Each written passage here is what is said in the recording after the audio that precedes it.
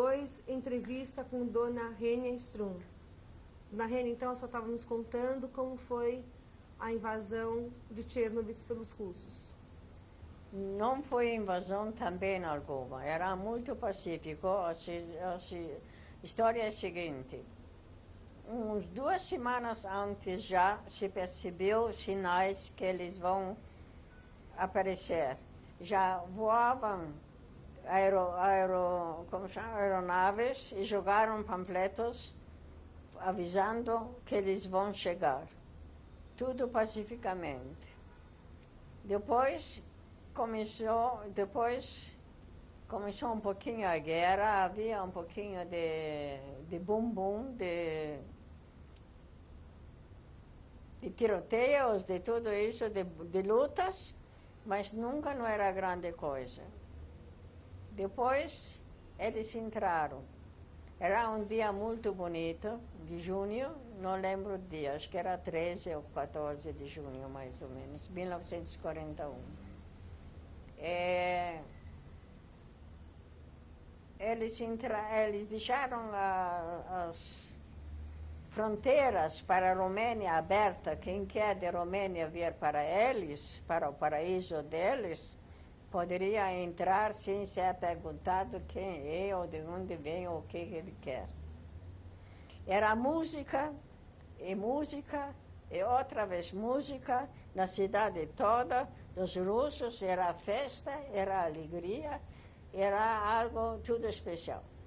Agora eu quero dar 2 pormenores da minha família. Eu estava envolvida nessa alegria, eu estou sincera. Tudo Chernobyl, toda a população era na rua, era na praça central. Obviamente que cada cidade tem uma praça central. Eu encontrei minha mãe, e minha mãe olhou para mim, religiosa como era, e disse: isso não é o verdadeiro Mashiach. Sabe que é Mashiach? Procurei meu marido, que eu tinha me pedido dele naquela bagunça toda. Vi ele em pé, vejo ele como se fosse agora mesmo, com uma cara triste, em toda essa alegria. E eu me aproximando dele, disse: por que você está assim aqui tão triste? Ele disse: eu quero ver o ano que vem se vai ficar alegria também tão grande. O ano que vem, eles levaram exato depois do ano para a Sibéria. E tinha acabado toda a alegria. O resto, nós começamos a trabalhar, como eu já disse, cada um no seu trabalho. Eu não trabalhei muito, porque eu estava meio doente. Meu marido, como Orives trabalhou, se fez lá uma oficina de joias, e todas as joias eram para Moscou. E a vida continuava, a gente procurava se adaptar, sem dúvida. Agora, ninguém não pensava que dentro de um ano vai ficar tudo acabado, vai começar a tragédia, a verdadeira tragédia. E depois de um ano, justamente, começou a guerra, a verdadeira guerra.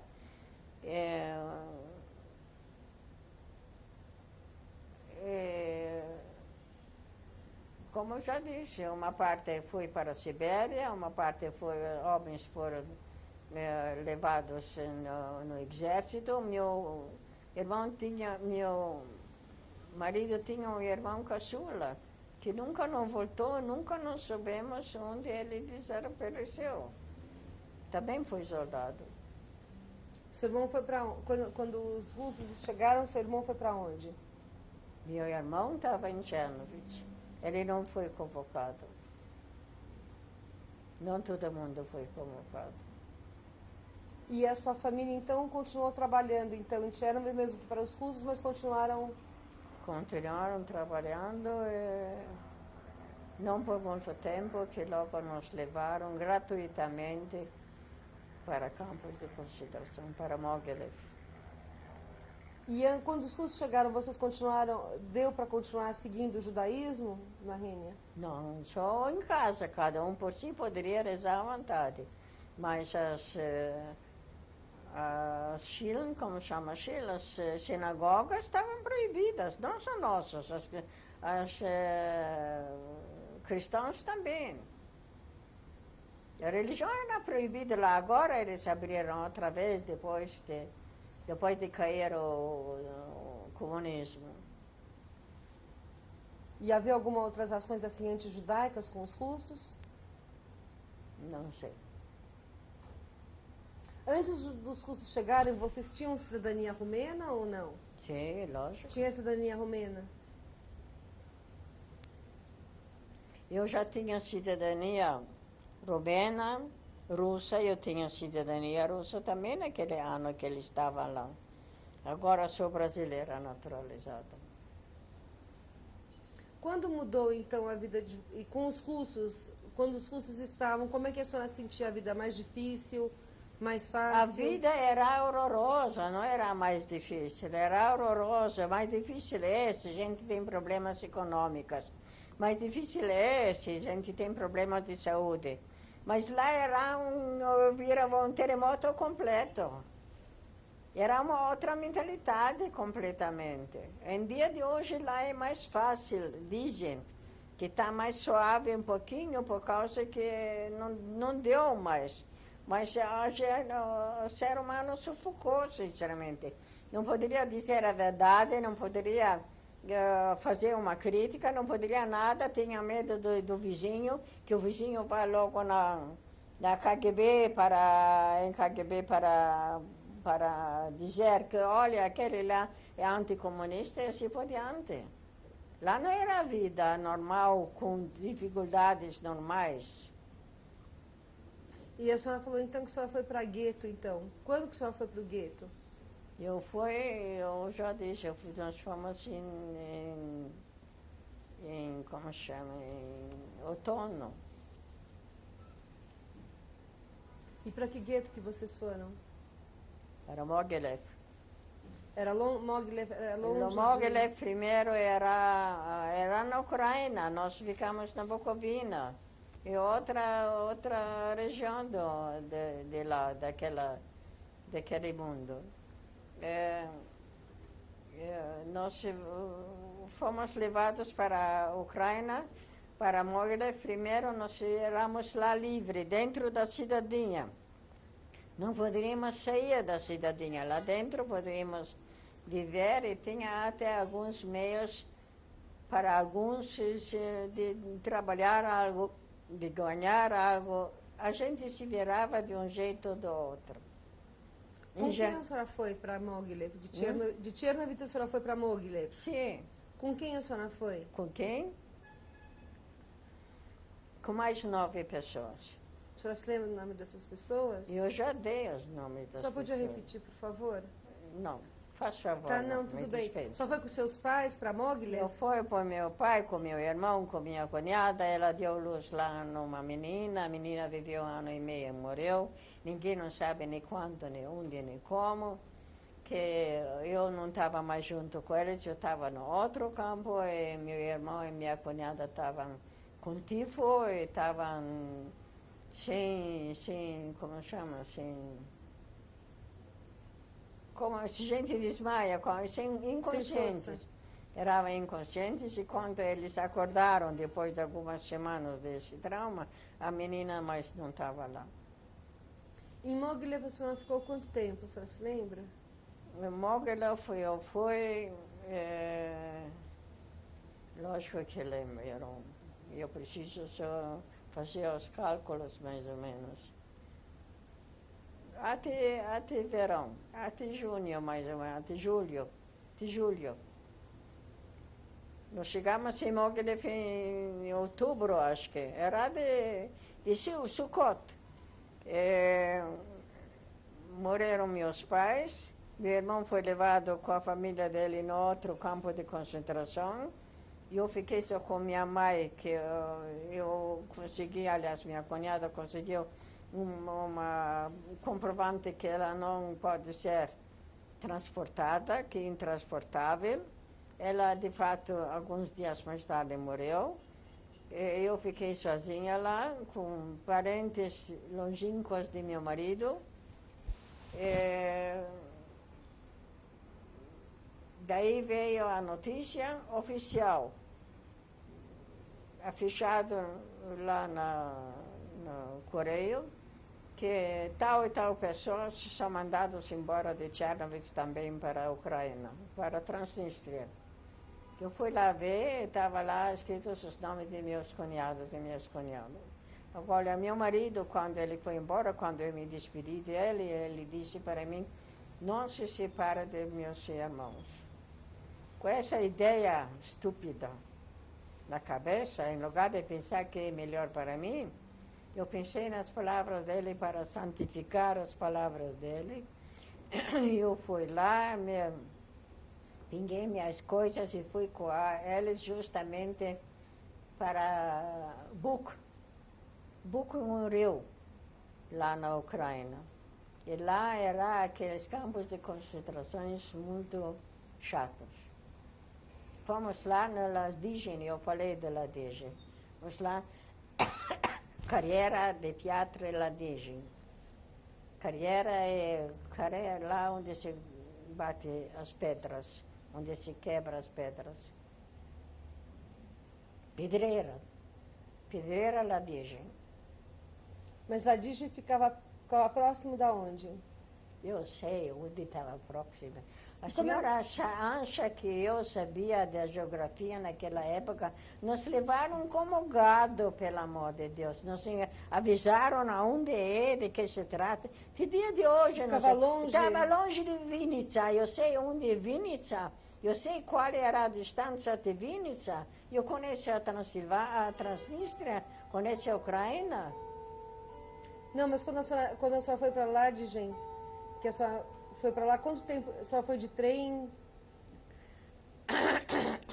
Nós fomos de carroças, não de trem. De trem fui só até Mogilev. Trem de gado, obviamente.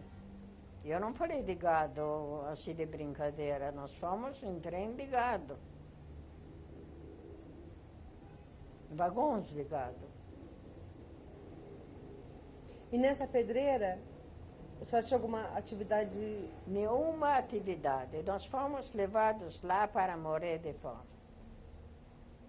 Sem atividade alguma, com alguns suboficiais, 2 ou 3, para cuidar de nós, para ninguém fugir. Ninguém não poderia de qualquer jeito fugir, porque era muito bem cuidada as ruas e todo esse território. E judeu era conhecido de longe, obviamente. Aqui no Brasil ninguém não conhece judeu, não sabe quem é judeu. Essa região, em Mogilev, quando você estava em Mogilev, era uma região fechada? Tinha cercas no campo? Não tinha. Nem Ladygin não tinha cerca. Não precisava, era uma plataforma e longe de uma estrada, longe de o trem, a gente enxergava como lá, bem pequenininho na colina andando de vez em quando. Era para nós um evento, nós saímos correndo para ver o trem passar lá naquela distância enorme. E como era a alimentação em Mogilev? Administração. A alimentação, o que vocês comiam? Tinha alguma coisa? Não, cada um comia o que tinha. Se não tinha nada, morria de fome. E o que tinha lá para comer? Para comer, a gente, uma vez por semana, vieram os camponeses da redondeza com mantimentos, eu sei, com um pouquinho, em geral fubá, que isso era fundamental, um pouquinho de batata, não sei o quê, e trocaram por objetos, por roupa de cama, por que a gente tinha.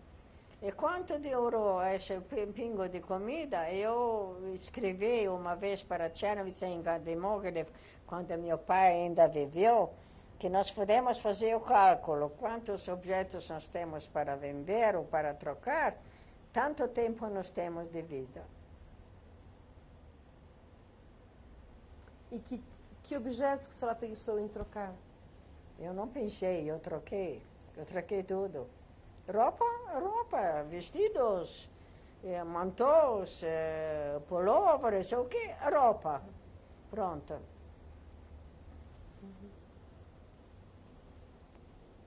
Quando a senhora saiu de Chernobyl, que a senhora foi para Mogilev, o que a senhora conseguiu levar com a senhora? Muito pouco, infelizmente, e mesmo assim mais do que outros. Outros não tinham isso, que nós tivemos, podemos levar uma mochila. Então, aqui cabe dentro de uma mochila, a gente levar ainda um pouquinho de cobertores, não grossos, finos, mas algo para se cobrir. E era já começo do inverno, já era muito frio. O que dava de carregar, isso a gente levava. Eu não consegui muito carregar, que eu nunca não teve força nos braços, na mão, por causa que tem problema de coluna. Mesmo assim, eu cheguei ainda com algumas coisas em casa, de volta depois dessa aventura. O que a senhora conseguiu trazer de volta?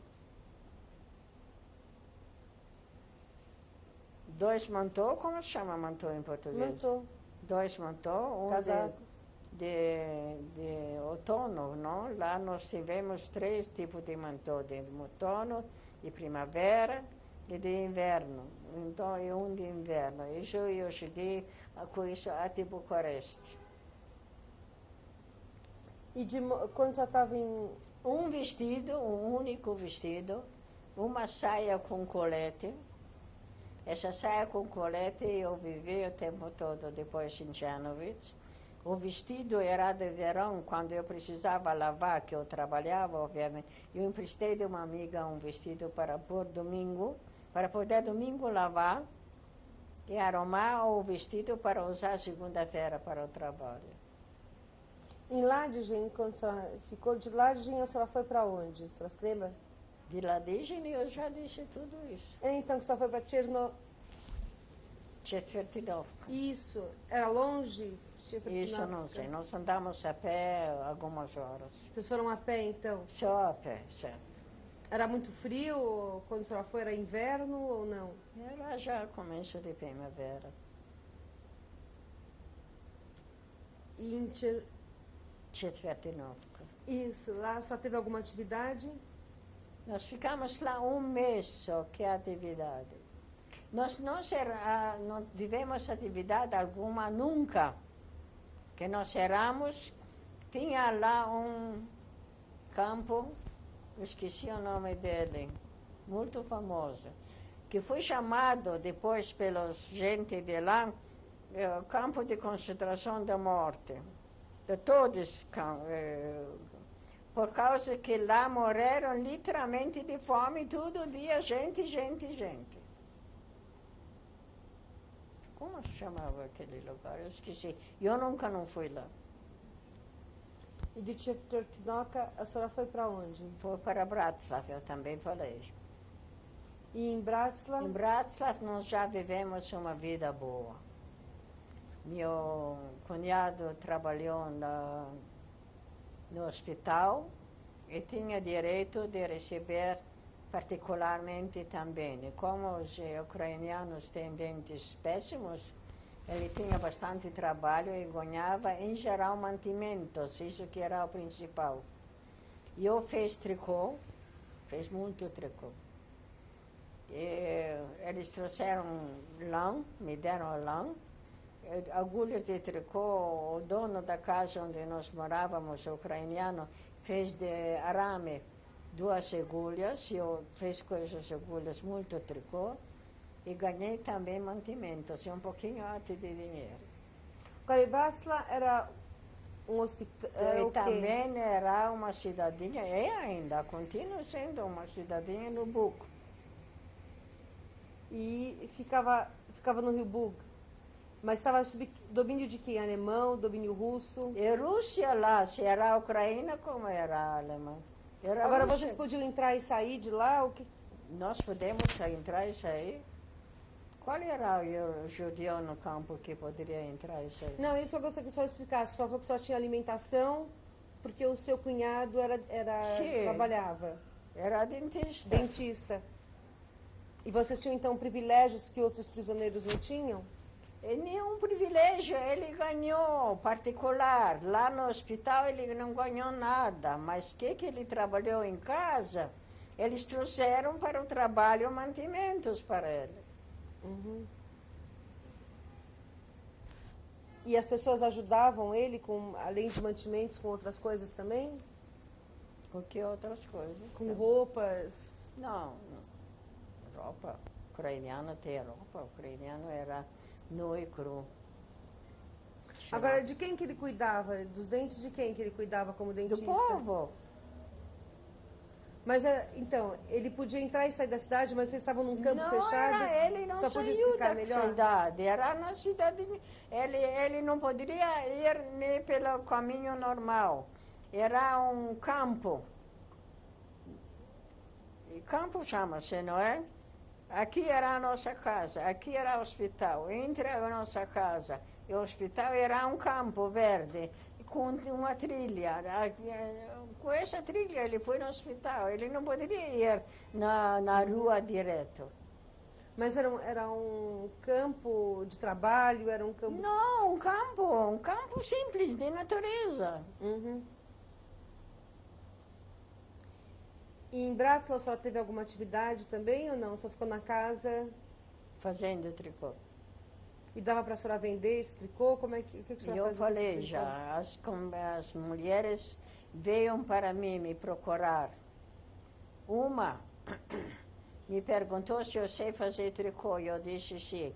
Ela me trouxe lã e eu fiz para ela um casaco. Daí ela indicou para outras, assim eu tinha muito trabalho. E ganhava para mim, na minha situação, bastante bem. A senhora tinha notícias do seu irmão?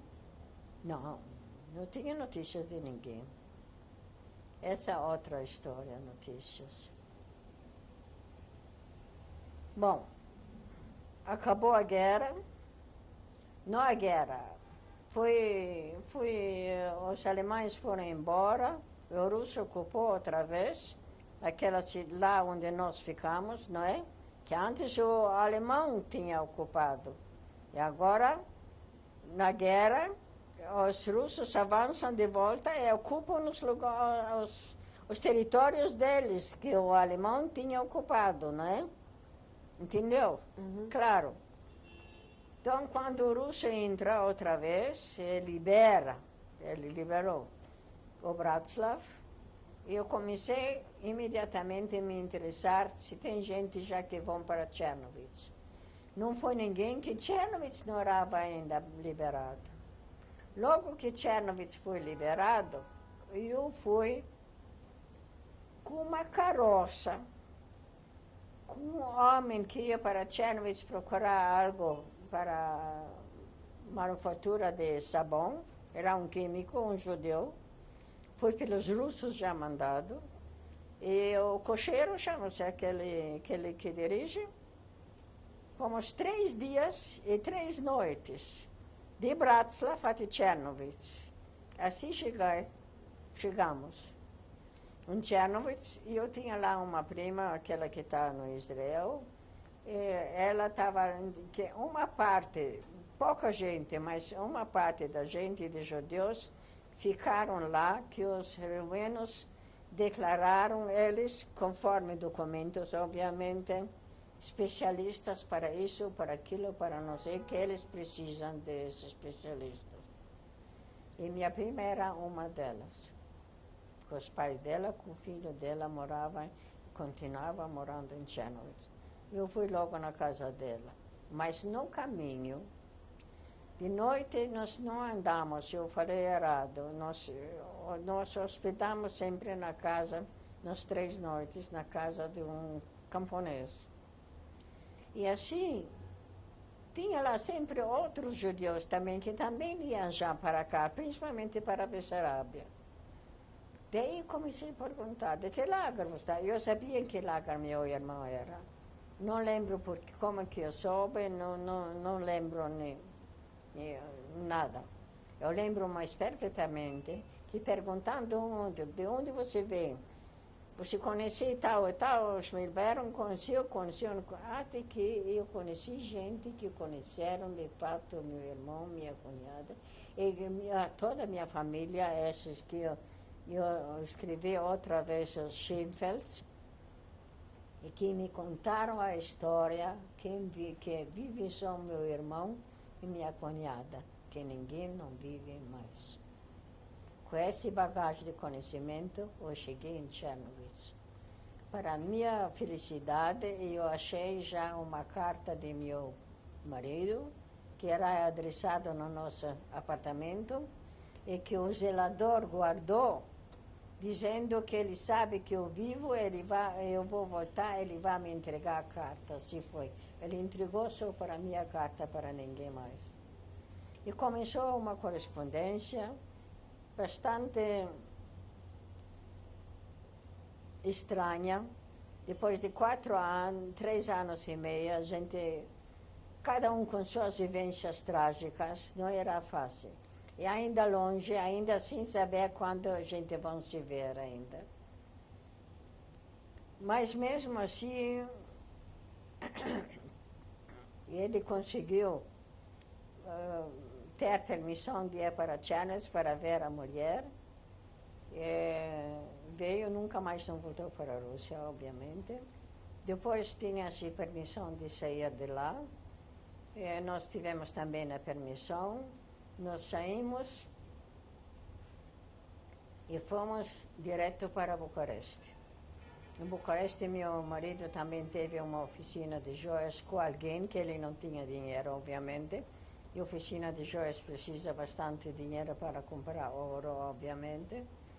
Mas com um colega seu, deu certo, lá nasceu o meu primeiro filho. E nós vivemos já mais ou menos uma vida decente. Mas sempre com perigo que o russo vai estrangular-nos. E sempre com desejo, com sonho de sair de lá. Eu, durante a guerra, quando escrevi meu diário, tem lá um trecho onde eu escrevo o seguinte: nós vamos, uma previsão, nós vamos emigrar, nós vamos para a América do Sul, eu vou ter uma casa com jardim, onde meus filhos vão brincar. E assim foi. Gostaria que você contasse um pouco, dona Rênia, desse seu diário. Quando a senhora começou a escrever o seu diário? Com 11 anos de idade. E que tipo de coisa que a senhora contava no seu diário? Naquela época, as coisas cotidianas de menina de 11 anos, de meu aniversário, de minha festinha de aniversário, da escola, de uma operação que minha mãe teve de ouvido, e coisas daquela época. Em geral, eu escrevi muito, para mim, meu diário me ajudou muito, que eu desabafei. Como eu não sou muito de confissões para amigas, não era. Eu fiz as confissões para o diário, isso me ajudou muito em muitas situações da minha vida. Principalmente no campo de concentração. Que tipo de coisa a senhora colocou no seu diário sobre o campo? Só podia nos contar? Isso não é de contar, que isso todo dia eu contei os acontecimentos do dia, eu sei que... Tem alguma coisa que ficou mais forte da senhora que a senhora se lembra? Todo dia coisas mais fortes, todo dia era algo, um chamado especial, que era uma plataforma. E ao redor da plataforma eu já contei outra vez isso, era casebres, era cabadas, lá onde a gente morava, lá onde os prisioneiros moravam quando eles estavam lá. Como eles não estavam lá, então nós ocupávamos esses lugares. E todo dia era a chamada especial às 6 de manhã ou às 5 de madrugada, para dizer algo, para proibir algo, para... Não, campo de concentração é algo específico que eu acho que não nasceu ainda a pessoa que pode descrever. Pode-se contar coisas, mas descrever mesmo não é possível. aquela sensação que a gente sempre tem ao seu lado a morte. De um minuto para o outro poderia morrer, poderia ser morto ou poderia morrer de uma morte natural, digamos natural, de fome, seria natural, não é? Essa sensação só de uma fraternidade tão íntima com a morte, isso não dá para descrever.